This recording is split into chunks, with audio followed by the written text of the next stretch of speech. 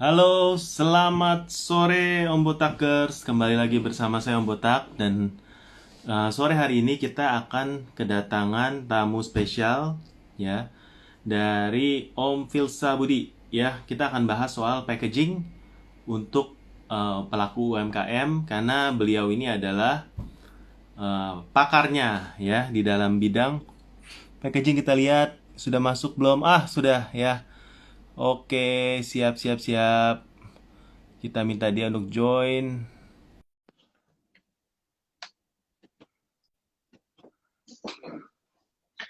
Ya. Weh, selamat sore Om. Sore Akhir. Om Jonathan, Om Botak.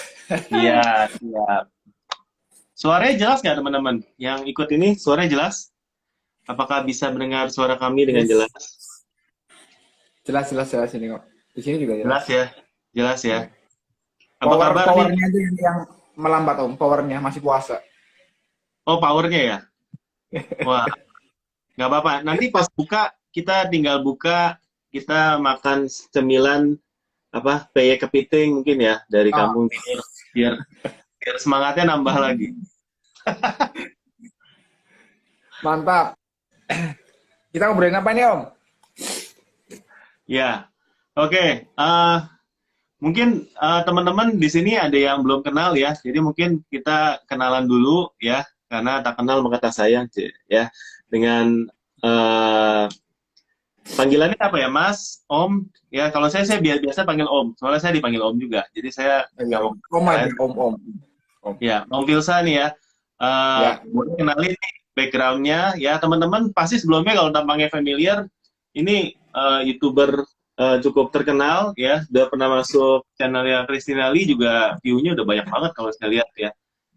Judulnya kalau teman-teman mau lihat tuh cerita sukses modal 100.000 untung miliaran dari usaha cemilan. Jadi ini kita mau gali-gali hari ini ya, gali-gali kisah hidupnya atau mungkin sebenarnya lebih tips dan trik buat teman-teman sesama UMKM yang mau coba peruntungannya mau mulai bisnis untuk jualan snack ya karena pasti banyak teman-teman yang jualan dalam bidang snack tapi pengen upgrade gimana sih caranya hari ini kita mau gali-gali nah gitu ya boleh boleh kenalin diri secara singkat singkat dulu ya kalau tadi saya udah bocorin banyak kan tapi boleh. Boleh, boleh. Jadi kenalan lagi nih saya nih.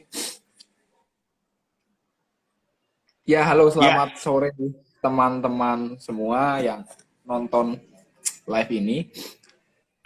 Perkenalkan ya, saya Filsa Budiambia. Saya seorang business owner juga. Saya seorang ya sambil konten kreator juga. Yang tadi diceritakan sama Om Botak sudah pernah diundang sama Christina Lee, sama Rico Huang, sama yang lain-lain gitu ya. Jadi em, sekitar setahun belakangan ya. Ya mungkin kalau kalau dilihat dari cerita di ketika saya jadi narasumber di wawancara gitu ya, saya mulai bisnis kan sejak 2012-an ya, dari 2010 2012-an lah. Itu bisnis snack gitu ya. Nah, akhir-akhir ini begitu saya memiliki menjadi konten kreator di YouTube khususnya, saya lebih sering membahas ke packaging, kemasan. Karena menurut saya kemasan adalah faktor yang sangat penting untuk jualan apapun, apapun ya. Nggak cuma snack ya, nggak cuma snack. Karena background saya bisnis snack ya, ilmu dan apa yang saya miliki tentu itulah yang saya share. Padahal pengaplikasiannya kemasan kan tentunya banyak sekali. Nggak cuma di makanan. Ya, kurang lebihnya seperti itu, Om. Cukup ya Oke. perkenalannya. Saat ini sebagai business owner punya berapa brand Om? Mungkin boleh di-sharing brand apa aja gitu. Kalau aku sih brand itu kayak mungkin teman-teman yang buka Google lah ya. Kalau yang sudah pernah ke Balikpapan, ya Balikpapan, itu ada oleh-oleh namanya peyek kepiting ya. Kampung Timur mereknya. Mereknya Kampung Timur, namanya Kampung Timur itu karena wilayahnya berada di sana itu ada namanya daerah Kampung Timur ya. Kampung Timur jadi itu Oh iya. saya jadikan brand sekalian karena lebih familiar juga orang orang sana itu ngomong Kampung Timur, oh ya tahu gitu. Di sebelah mana gitu langsung begitu. Padahal itu brand. Nah, brand Kampung Timur sendiri itu ada namanya peyek kepitingnya, ada abon kepitingnya, ada amplang kepitingnya. Jadi bergerak di kepiting-kepiting lah ya. Nah, terus sekarang ada lagi yang di Jogja namanya Mister Krabs ya. Mister Krabs itu juga produknya sama, cuma beda beda beda baju lah. Kalau Kampung Timur kan itu oleh-oleh, menjadi identik oleh-oleh ya. Kalau teman-teman searching di Google oleh-oleh khas Balikpapan ya, insya Allah Kampung Timur itu berada di atas. Ya. Nah, Kalau yang di Jogja mereknya Mister Krabs. berarti ada dua ya. Kampung Timur, ini kalau di Topet atau di Shopee bisa dicari, Ya, ada tokonya Kampung Timur ya. ada. Yang kedua ini adalah Mister Crab. Ya, Mister Crab sama kayak yang kayak di SpongeBob tulisannya, Mister Crab gitu. Mister bukan MR ya. Mister ejaan lengkap MISTER. Crabnya CRAB, Crab gitu ya. CRABS. Oke, Mister Crab ya. Ya teman-teman boleh search itu ya. Ini adalah brand yang memang dihasilkan digarap oleh, bukan digarap ya, pemilik dari dua brand ini gitu ya. Tapi dua-duanya inspirasinya makanan. Kenapa makanan? Makanan karena apa sih? Kalau di Indonesia itu ya, kalau jualan makanan itu paling gampang, Om. Paling gampang ya? Iya, Iya. coba deh. Saya udah keliling banyak sekali mulai ke Eropa, ke Australia, ke Asia itu. Udah banyak sekali. Jadi di sana itu nggak mudah jualan makanan. Legalitasnya banyak banget. Cuma kalau di Indonesia, ya terutama bulan puasa kayak gini ya, bisa bikin Indomie atau bikin goreng apa, gelar tikar di depan rumah udah bisa jualan makanan. Tanpa Ya, ya, takut ya. razia, nggak dituntut untuk izin inilah itulah itu boleh di Indonesia. Perizinannya masih longgar sekali dalam hal jualan makanan di Indonesia, masih Benar, benar, peluang benar. sekali. Ya, larangannya cuma satu ya, nggak boleh nggak enak. Nggak boleh nggak enak ya. Ya. Kalau izin koreksi nggak boleh nggak enak. Kalau menurut saya nggak boleh kemasannya jelek. Oh, salah ya. Berarti nggak boleh kemasan jelek. Nggak enak pun nggak Iya, apa-apa. karena produk produk nggak enak, kalau kemasannya bagus itu berpotensi tetap laku. Oh, mantap nih ya. Nah, Ini terutama kalau boleh, kalau boleh. dijual di Topet ya. Dijual di Topet, Shopee kan banyak yang sering kena zong tuh. Wah, fotonya bagus banget, kemasannya bagus, begitu dibeli zong gitu kan, barangnya jelek gitu kan. Oh, ini bagus buat apa konten clickbait Om ya. Ya. Nah, Apa jadi jual produk rasa nggak enak, packaging enak tapi laku. Ya, laku keras gitu. produk nggak enak masih potensi laku asal kemasannya Oh, bagus. Tapi kalau produk enak itu nggak bakalan laku kalau kemasannya jelek. ya. Kalau kalau di toko nggak laku, nggak menarik, ya kecuali brandnya udah lama, udah dikenal. Iya, betul. Prosesnya panjang. Ya. Nah, tapi ini semua menarik ya, karena saya perhatikan juga, karena saya juga punya toko yang jual snack-snack gitu ya, snack-snack lokal.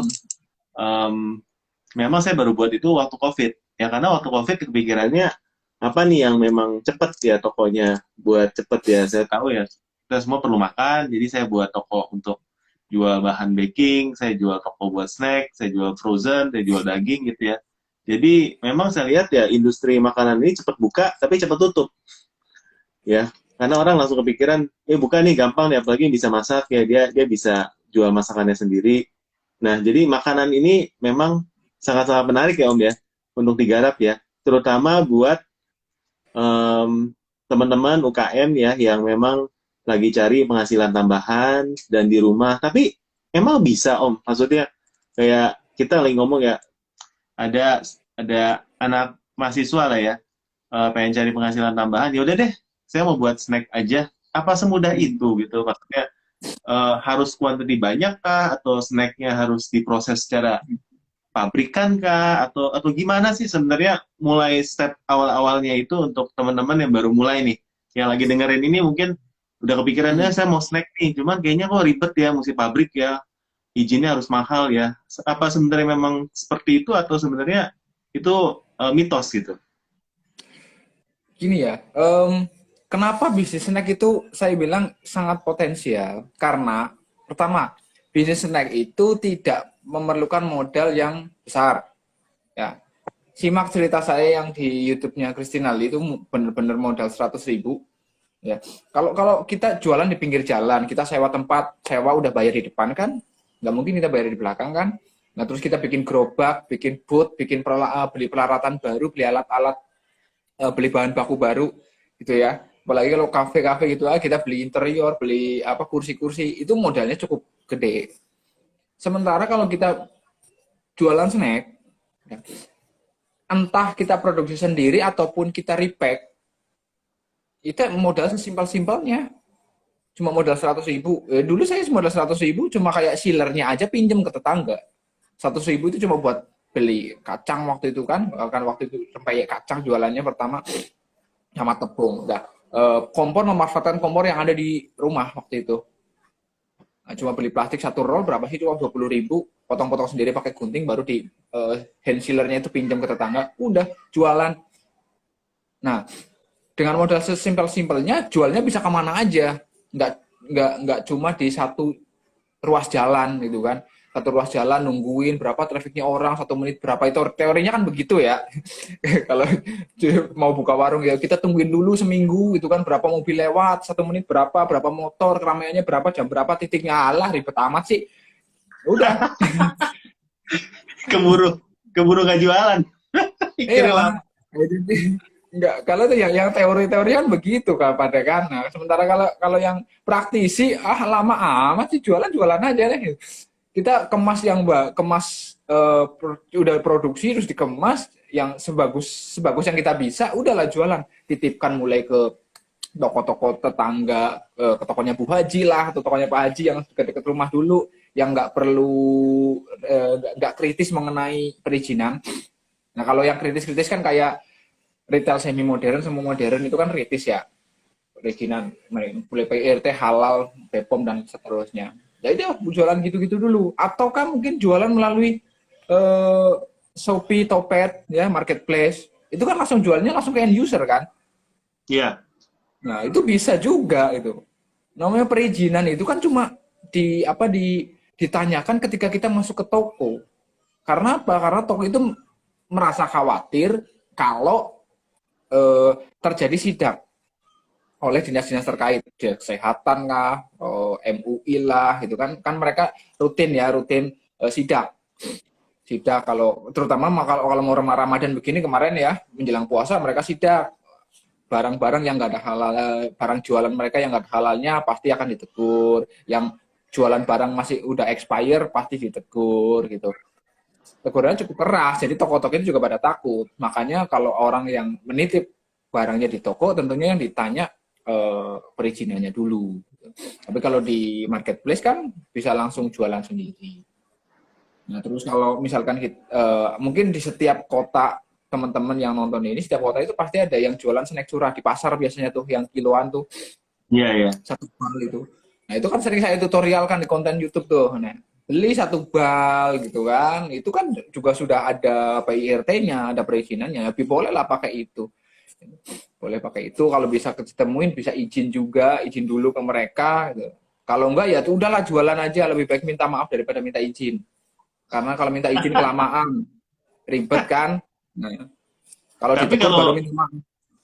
kalau repack gitu boleh pakai PIRT-nya nggak? Apalagi kita menggunakan merek sendiri. Ya boleh, asal harus dicantumin loh ya, dicantumin misalkan enggak ada snack. Nah, di belakang itu kan ada tulisannya diproduksi oleh atau produce by gitu ya. Nah, itu harus cantumin sih, harus cantumin produsennya aslinya siapa. Cuma kan nggak perlu detail. Misalkan diproduksi oleh CV Om Botak, misalkan gitu ya. Iya, ya. Udah, untuk perusahaan saya. untuk CV apa atau PT apa kayak gitu, atau dipasarkan oleh, itu kan sering lihat ya di belakang snack itu kan diproduksi PT atau CV apa untuk atau dipasarkan oleh apa. Nah itu produk-produk repack itu yang begitu-begitu.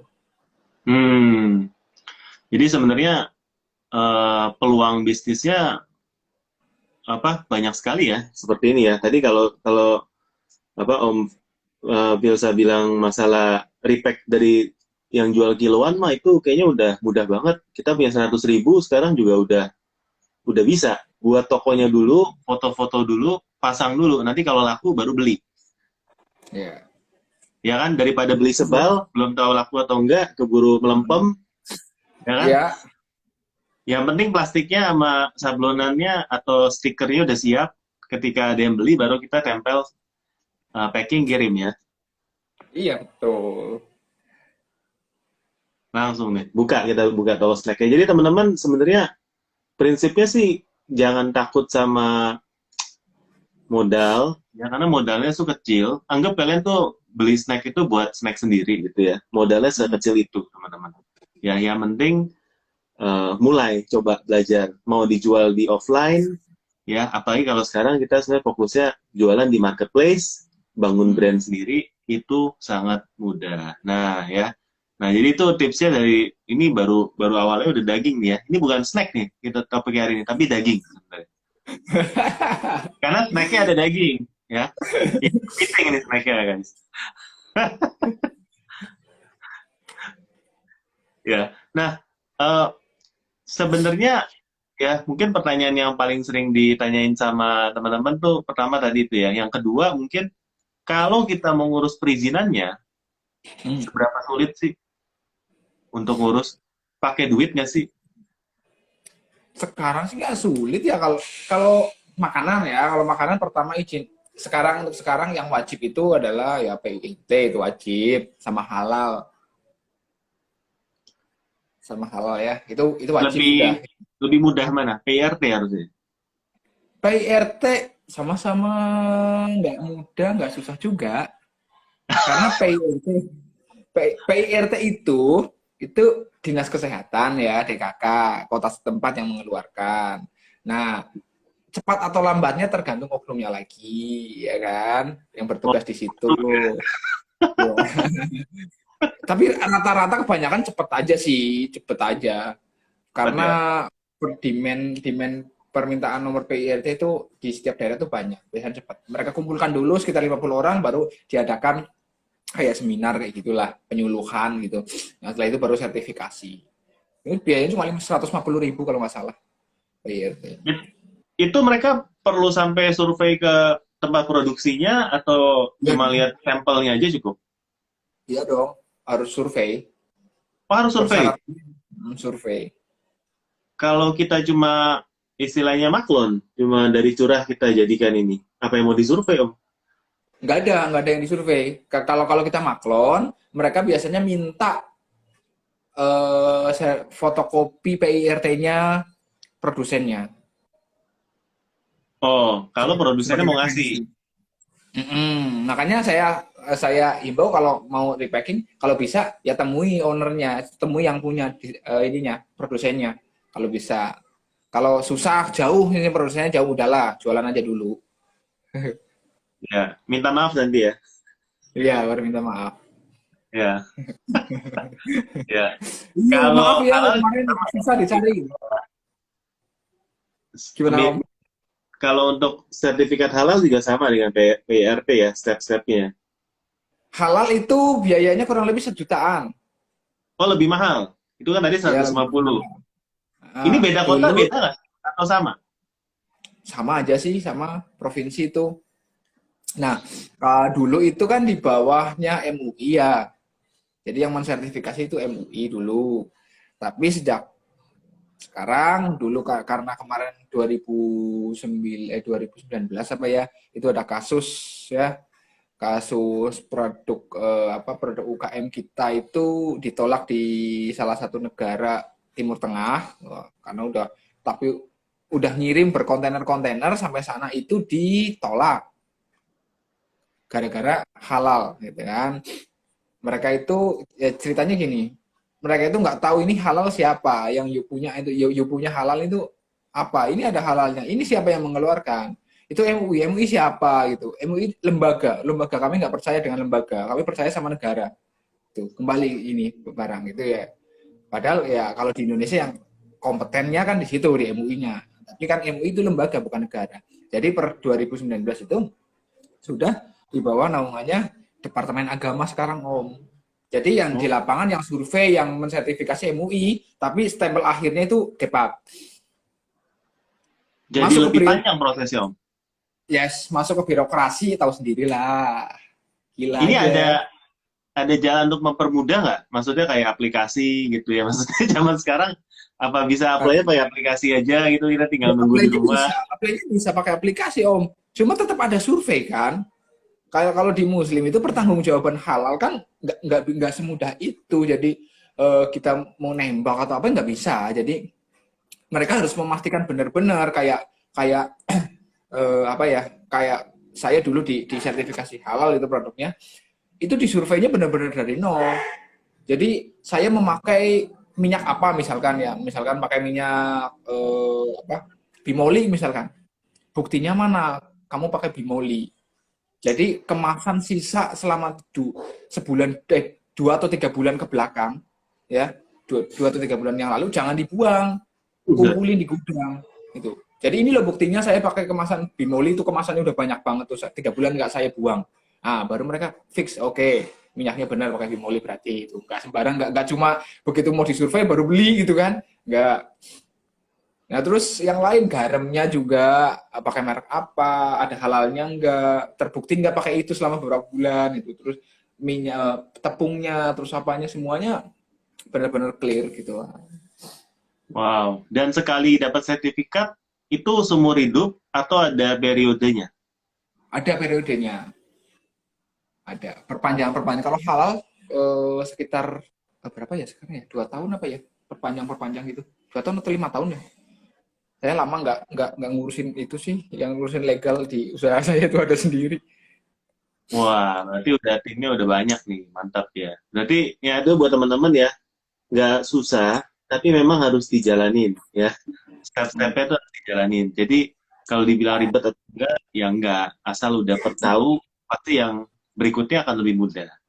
Ya, Ya, tinggal datang aja. Tadi ada Dinas Kesehatan nama Departemen Agama berarti ya. Nah, itu ada dua itu. Nah, ini kita udah tahu ide pertama. Yang kedua ini kita sudah bisa apply izin-izinnya ya buat teman-teman yang mau usaha snack ya. Nah, yang ketiga pemasarannya ya. Ya, ketiga ya kan kita udah ada barangnya udah ada nih. Eh, ide-idenya banyak lah di YouTube kan banyak ya kalau kalian mau lihat cara bikin rempeyek misalnya, cara bikin apa harusnya bisa lah ya, dipelajari sendiri. Nah, yang ketiga pemasarannya. Sorry, packagingnya. Packaging yang lebih penting ya. Biasanya hmm, pemasarannya. ya. Em, yang disarankan yang paling mudah ya itu apa? Atau memang yang cantik-cantik seperti yang Om Bilsa punya itu ada minimum kuantitinya nggak untuk nyetak gitu? Ya, Om, kalau kemasan itu banyak jenisnya ya, yang sering kita lihat. Semuanya banyak jenisnya, ada sekitar 8 jenis kemasan. Itu Ada sebenarnya 8 ya, Mas? Ya. ya, kalau saya jelasin semuanya, itu nanti sahur baru selesai gitu kan.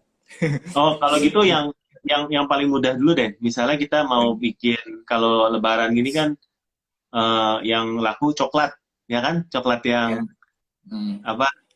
Yang bulat-bulat itu loh biasa coklat, biskuit coklat lah ya. Anggap kita mau biskuit Ya. itu, biskuit Hmm. coklat yang disarankan kemasan apa? Ya, kalau kita mau ngomongin coklat, kemasannya sih cukup pakai pakai aluminium foil boleh, pakai metal boleh, atau pakai plastik bening, ya. Asalkan bentuknya cantik, itu juga boleh. Tuh, Hmm, kalau misalkan kita beli curah yang 5 kiloan itu ya, yang bal gede itu, nah ya. kita kemasan kecil-kecil jadi apa, 100 gram, ya 50 gram, itu bisa juga. Nah terus segmen marketnya yang kita tuju yang mana ke bawah atau mana ke atas. kalau menengah ke bawah ya. Jadi nggak selamanya kemasan itu bagus. Maksudnya pasti laku, belum tentu. Ya kita lihat, kita sepakat ya kalau kita ngomongin jualan itu jangan, kalau bisa jangan jualan produk, jualan brand. Ya, orang itu beli itu berdasarkan brand kok, bukan produknya. Tapi kalau kita segmen yang kita tuju itu, yang kita targetnya itu menengah ke bawah, mohon maaf, orang menengah ke bawah itu kan maunya murah, enak, banyak. Nggak peduli dengan brand kan? Ya dia beli curah lah. Ya.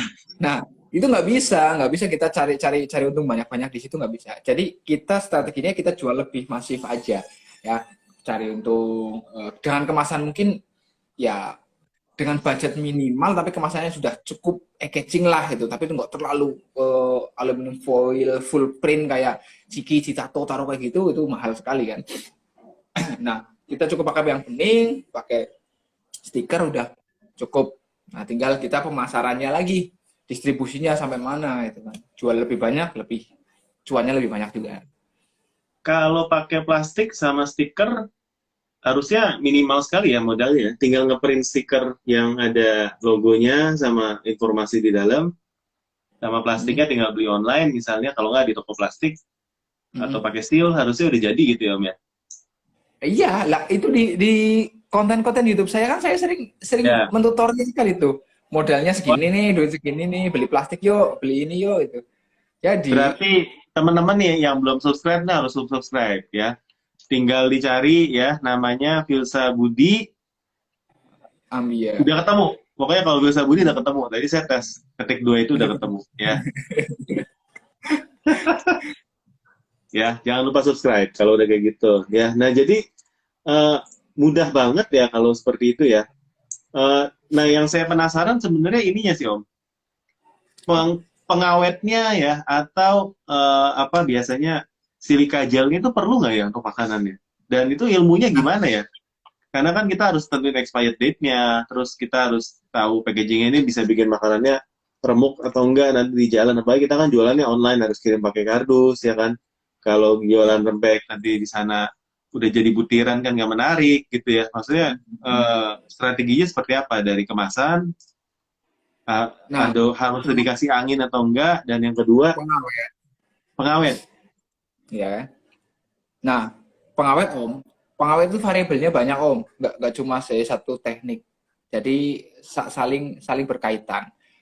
Nggak cuma dari komposisinya, ya misalkan pakai PHT atau mau pakai yang lain-lain bahan BHA dan seterusnya, tapi udah pakai itu tapi kemasannya nggak menunjang, ya itu juga nggak bisa lebih tahan lama gitu ya.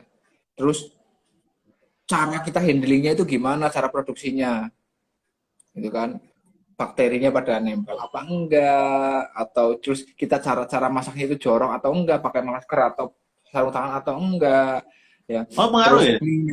pengaruh, itu pengaruh. Nah, terus Kalau minyaknya jorok, itu gampang jamuran berapa. nanti. Iya, jadi kalau tapi sebenarnya ada tekniknya, teknik simple yang saya gunakan itu ada di YouTube juga. Kalau lebih lengkapnya itu ada di kelas Wonderful Packaging Class, itu saya bahas lengkap banget di situ. Salah satunya itu ya, mungkin pakai PHT atau PHA. Terus minyaknya juga kalau goreng itu bisa pakai minyak kelapa, bukan minyak sawit ya, minyak kelapa. Tapi permasalahannya minyak kelapa kan mahal. Ya. Orang pada banyaknya minyak sawit, gitu ya. Nah, minyak pun juga harus minyak yang baru, ya. Minyak yang baru cuma sekali pakai, gitu ya. Minyak goreng itu lazimnya itu cuma sekali pakai aja Om. Iya. Bener ya, yang bener loh ya, yang bener. Nah, itu sebenarnya masuk ke kategori kesehatan.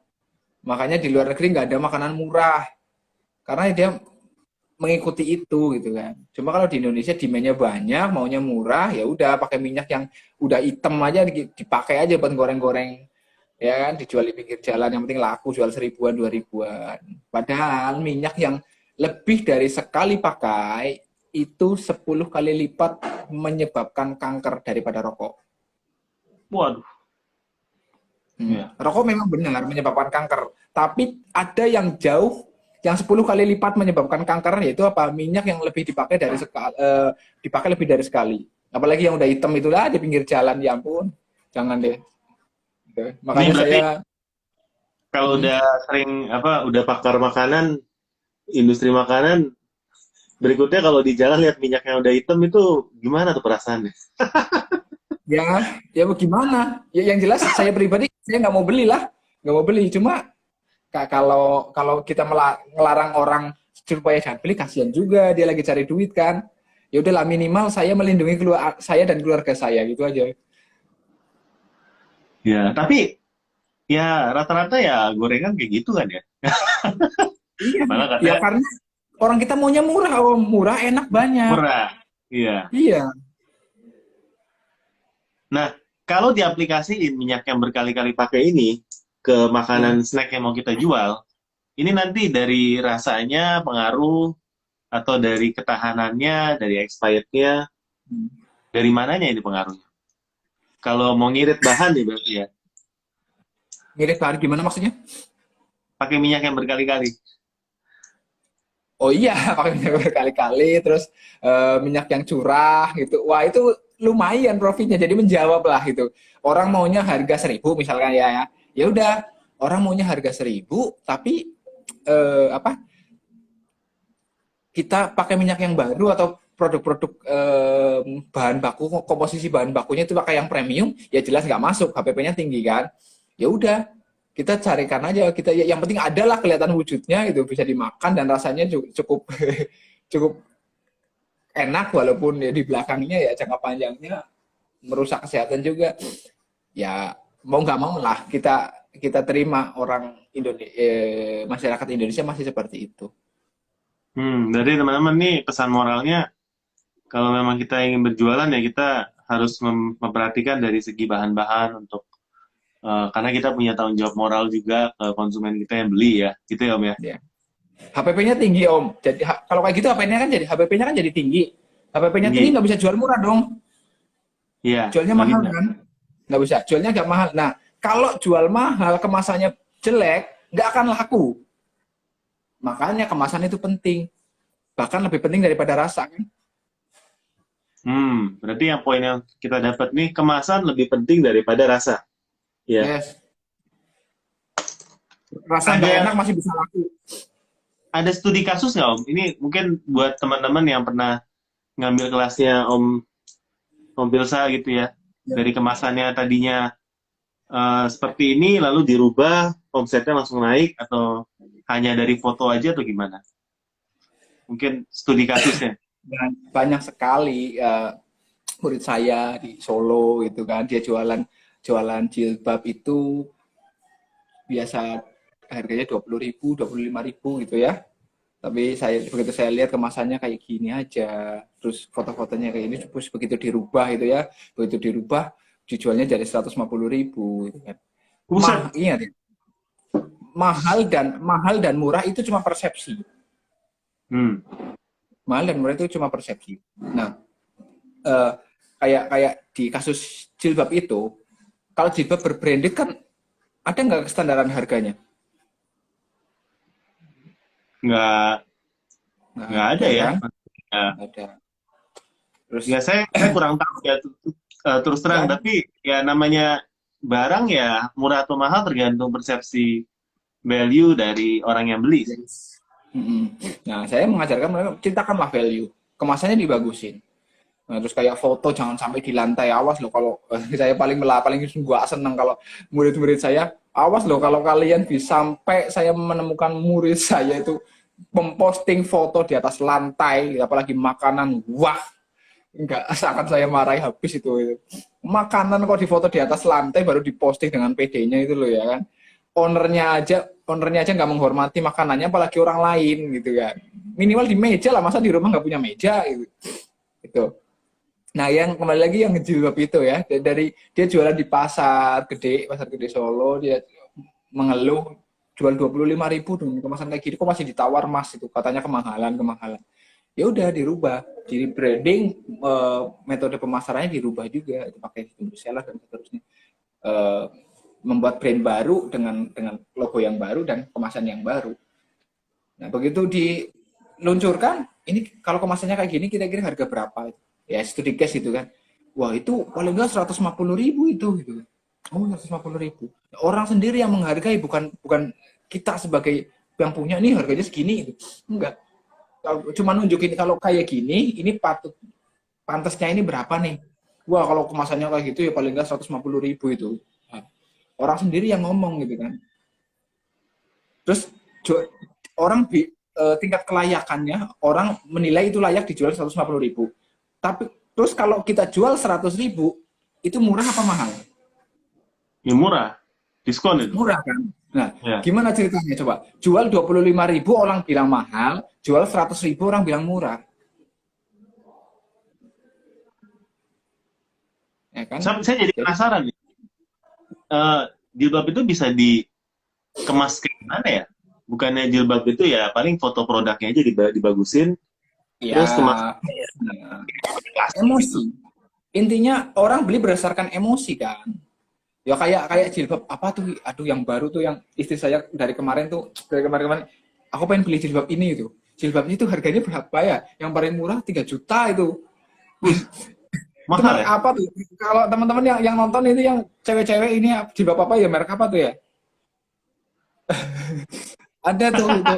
Istri saya kemarin Ya. nunjukin ini jilbabnya ini kayak katanya kalau perempuan pakai jilbab ini serasa jadi sultan kayak gitu kan. Ini harganya paling murah 3 juta itu. Buset. Aduh, nggak habis pikir gue. Jilbab semahal itu ya. Tapi tetap ada. Iya, iya. Berarti packaging itu kalau kita berpikir secara sempit adalah produknya itu sendiri. Ya, tapi kalau secara luas, packaging itu adalah keseluruhan dari presentasi brand kita ke customer itu adalah packaging. Ya, ya Benar. membangun citra. Nah, Oh. packaging salah satunya misalkan nggak tahu aku perlu kemasan lah ya. Saya tampil di YouTube atau di mana di beberapa tempat. Saya pakai peci, pakai jubah, ya kan? Jenggotnya dipanjangin dikit. Tanpa saya memperkenalkan diri, setelah berapa kali live, pasti saya dipanggil Ustadz. Ya. Itu citra-citra yang kita timbulkan itu loh. Sama dengan kemasan, sama dengan produk. Kita mau dinilai menjadi seperti apa ya? Konsisten seperti itu.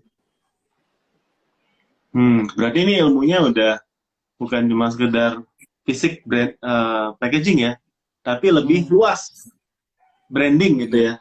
Gimana cara Branding. kita nge-branding produk untuk dijual? Kalau mengerucut lagi ya ke makanan, ke snack gitu ya.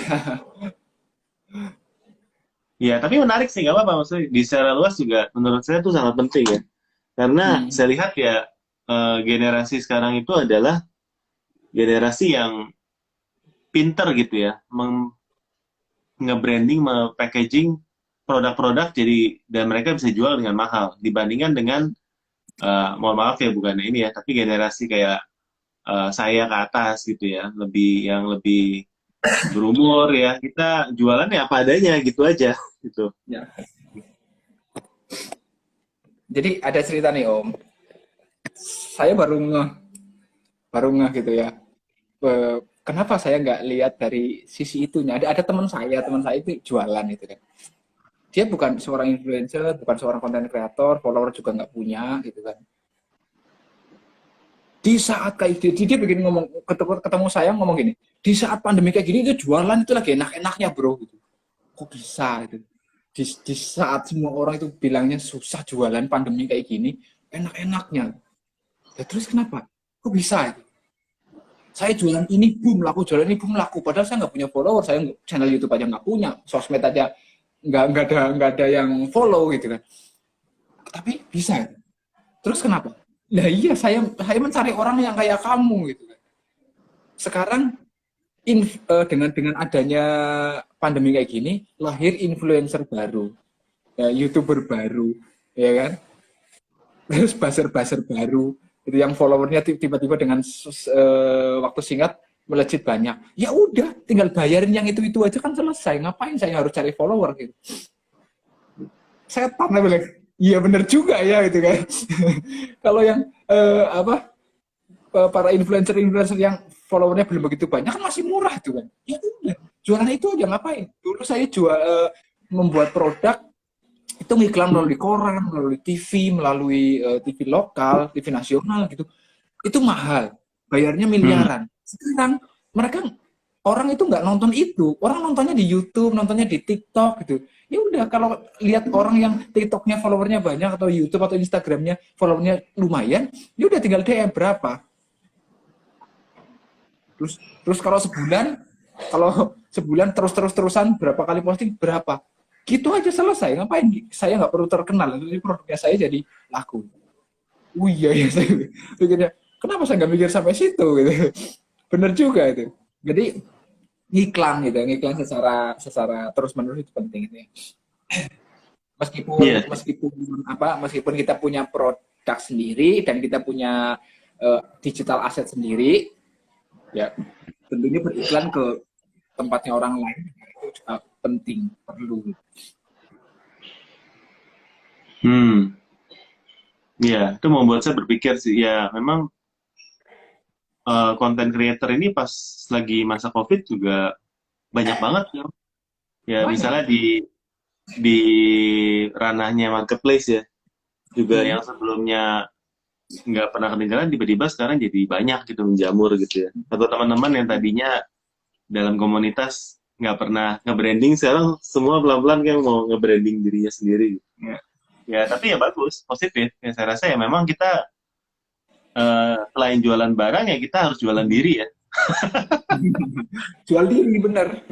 Jual diri. Ya, jadi terutama buat teman-teman yang modalnya nggak ada ya.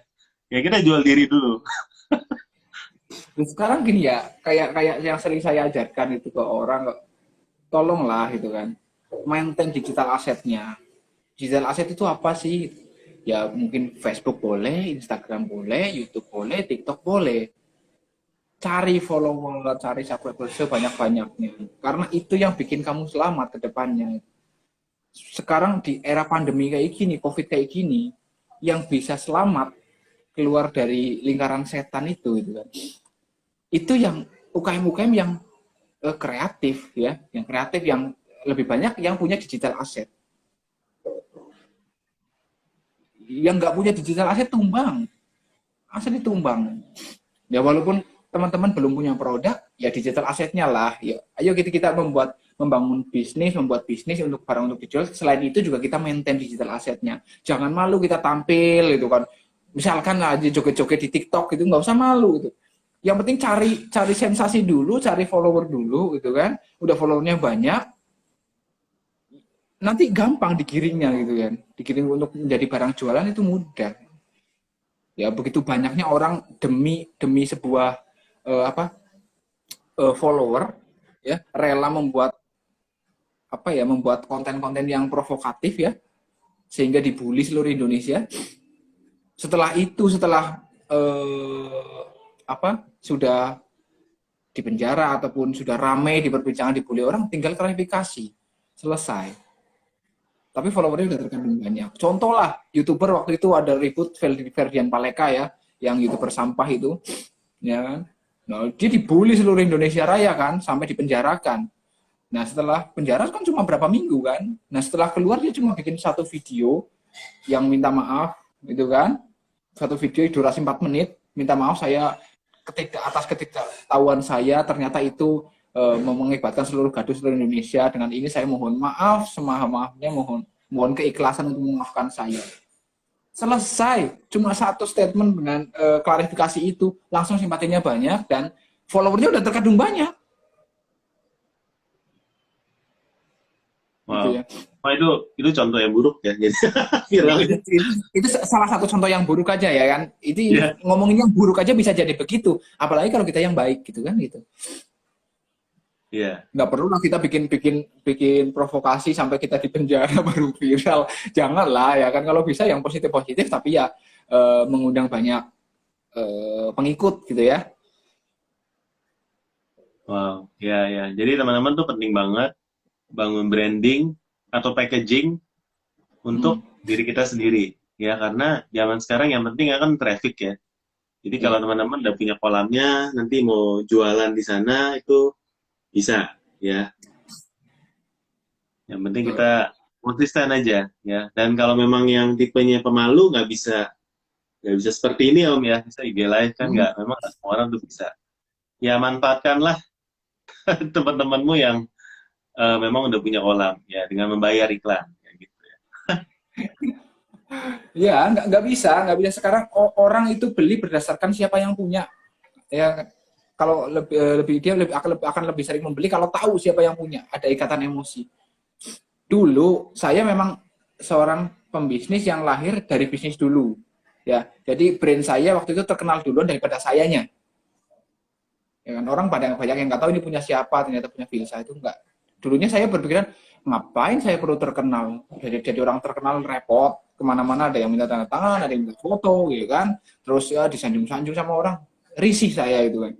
Lebih enak kalau brandnya yang terkenal tapi orangnya nggak terkenal, banyak tuh gitu kan, yang begitu-begitu tuh, yang orangnya Garuda Food, orangnya ini dan itu nggak terkenal orangnya tapi produknya terkenal. Obsesi saya dulu kayak gitu Om, cuma semakin kesini nggak bisa Om, Nggak bisa. orang nggak bisa, jadi kita harus show up gitu kan, benar-benar show up. Jadi yang tadinya saya pemalu, terus saya dulu itu saya paling malas gitu kan, kayak tampil seminar, tampil kayak gini, apalagi bisa ngomong kayak gini aja, ini kan belum lama, ini karena keterpaksaan gitu kan, nggak Hmm. bisa saya jualan ini, harus harus show up, harus orang harus tahu ini loh ownernya. Maksudnya selain membangun eh, brand produk brand juga membangun personal brand juga. Jadi someday ketika saya create new bisnis baru, nih saya tinggal pengumuman kan di Instagram atau di YouTube, ini loh bisnis baru saya, udah langsung laku gitu kan. Tapi Tanpa saya nggak pernah survei ya, seberapa banyak orang yang beli ya produknya misalnya tadi Kampung Timur ya atau Mister hmm. Krabs karena kenal seorang Hilsa Budiandia. Irisannya seberapa banyak sih? Nah, kalau kalau di store saya itu sales counter ya saya ajarkan suruh tanya ya, kalau pelanggan baru itu taunya dari mana gitu-gitu kan. Itu pasti kebanyak dulunya waktu orang belum tahu ini punya siapa, nggak ada yang ini yang apa yang tanya ini punya siapa sih, ini punya siapa, kok keren ya, paling nanya, tak tanya karena dia nggak tahu tuh, penasaran siapa yang punya gitu, tapi udah beli duluan, udah jadi pelanggan duluan. Tapi setelah kesini, apalagi kalau begitu orang nonton di channelnya Rico, channelnya Christina Lee gitu kan, di channel YouTube saya, oh ini yang bisnisnya Vilsa itu, ini punya Mas Vilsa itu gitu ya, udah orang langsung, dan itu lebih banyak gitu, sekarang lebih banyak seperti itu gitu. Dan orang udah tahu gitu. Jadi oh ternyata iya benar ya gitu. Ini sangat pengaruh, sangat pengaruh. Jadi Wow. kita nggak bisa meniru meniru teknik kayak itu loh yang punya Siantar Top gitu kan. Siantar Top itu punya siapa sih? Orang nggak tahu kan. Tapi produknya kemana, di mana-mana orang tahu kan. Orang tahu produknya. Ya kalau obsesinya meniru mengkiblat ke sana, Siantar Top itu dibangun dari tahun berapa? Dibangun sejak euforia bisnis itu belum ada. Ya kan. Sekarang kan orang udah banyak mabuk motivasi om, terobsesi jadi pembisnis. Nah, yang mengakibatkan banyaklah lahir pengusaha-pengusaha baru, ya kan, yang bersaing, gitu kan. Nah, kayak Siantar Top, Garuda Food, terus Nutrifood itu lahir di saat zaman-zaman papa kita itu masih muda, gitu kan. Orang orang pada berbondong-bondong pengen jadi pegawai negeri, mau jadi karyawan, mereka udah membangun merintis bisnis, gitu kan. Ya wajar kalau sehari ini produknya ada di mana-mana, tapi ownernya nggak terkenal. Kalau sekarang Hmm. baru memulai di saat ini, ya nggak bisa. Jadi bisnis di-create berdasarkan sesuai dengan zamannya. 2009, 2010, ingat ya, Keripik Maici. Iya. Ya, Keripik Maici itu masuk pertama dari apa marketingnya? Melalui Twitter kan. Twitter kan dulu. Di saat itu, di tahun itu Twitter memang lagi happening, lagi booming. Hype banget Twitter. Sekarang, tahun 2021, coba dijualan pakai Twitter aja. Ya mana laku? Nggak bisa. Itu. Setiap ini ada eranya. Sekarang ya YouTube itu wajib, TikTok. Nah, TikTok ini banyak sekali orang yang testimoni yang jualannya begitu bludak karena TikToknya. Gitu. Wow. Keren. Maksudnya banyak banget ya dagingnya. Jadi kita memang harus terus ikutin zaman dan berinovasi. Jadi ngomongin soal banyak perusahaan makanan yang udah lama, ya memang kita nggak kenal ownernya, tapi juga mereka kan strateginya sebenarnya zaman dulu ya, kalau strategi marketing itu ada yang top bottom sama bottom up ya. Top bottom kan iklan, ya kalau nggak ownernya terkenal, ya jadi top bottom. Jadi karena terkenal dia generate interest buat produk. Kalau bottom up, banyaknya reseller, distribusi ke minimarket, Indomaret, Alfamart, orang yang ketemu ya beli akhirnya. Jadi ya kalau dua-duanya digabungin sih mantap sekali, ya kan? Udah orang yang punya terkenal masuk ke minimarket, semua cabang, distribusinya masuk marketplace, orang mau beli dimanapun ketemu, akhirnya salesnya tuh mantap. Ya. Betul itu. Makanya saya bilang online dan offline itu dua sisi yang sama-sama penting. Ya kan? Ada yang bilang sekarang jualan online itu paling penting, offline itu nggak udah mau mati, itu nggak bisa. Offline itu justru kokoh sekali gitu kan.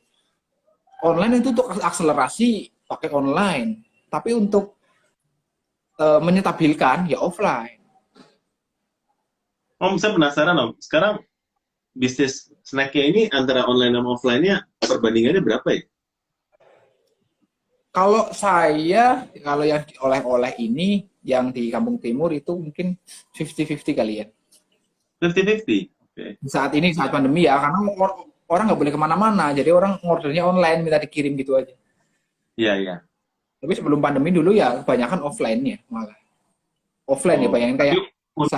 Untung ada channel online ya, kalau nggak bisa langsung shifting gitu aja ya. Iya, jadi tetap kita nunjukin eksistensinya di toko, di Topet itu ada, di Shopee itu ada, jadi memudahkan orang. Nah, jadi di saat pandemi kayak gini ya ketolong juga kita masuk ke retail ya, kayak ke Indomaret, di Kaltim itu udah masuk semua, Alfamidi udah masuk semua, ya ketolong dari situ juga. Kalau masuk ke retail seperti itu semakin lama semakin bukan semakin menurun, semakin lama semakin nambah PO-nya kan. Kalau produk yang baru-baru yang hype itu mungkin bulan pertama booming, nanti setelah 3 bulan hilang. Ini banyak sekali yang begitu. Efek online nggak siap ya, saya nggak siap produknya tapi udah keburu di online kan, udah boomingnya di awal doang, habis itu hilang. Iya, berarti rasa pun penting ya, karena rasa itu akan menentukan orangnya akan repeat atau enggak.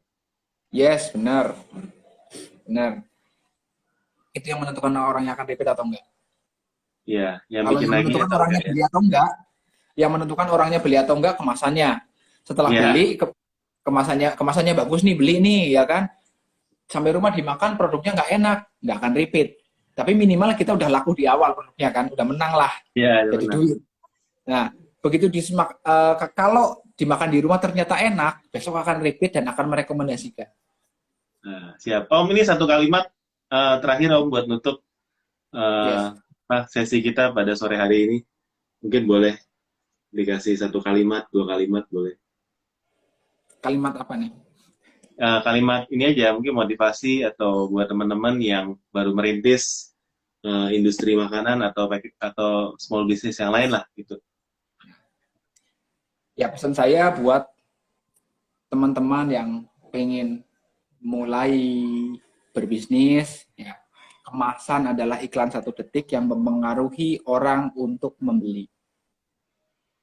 Karena pada saat kita, contoh kenapa saya bilang iklan 1 detik, kenapa pada saat kita jalan di lorong minimarket atau supermarket, mata kita akan tertuju ke kemasan yang paling nyolok, kemasan yang paling bagus.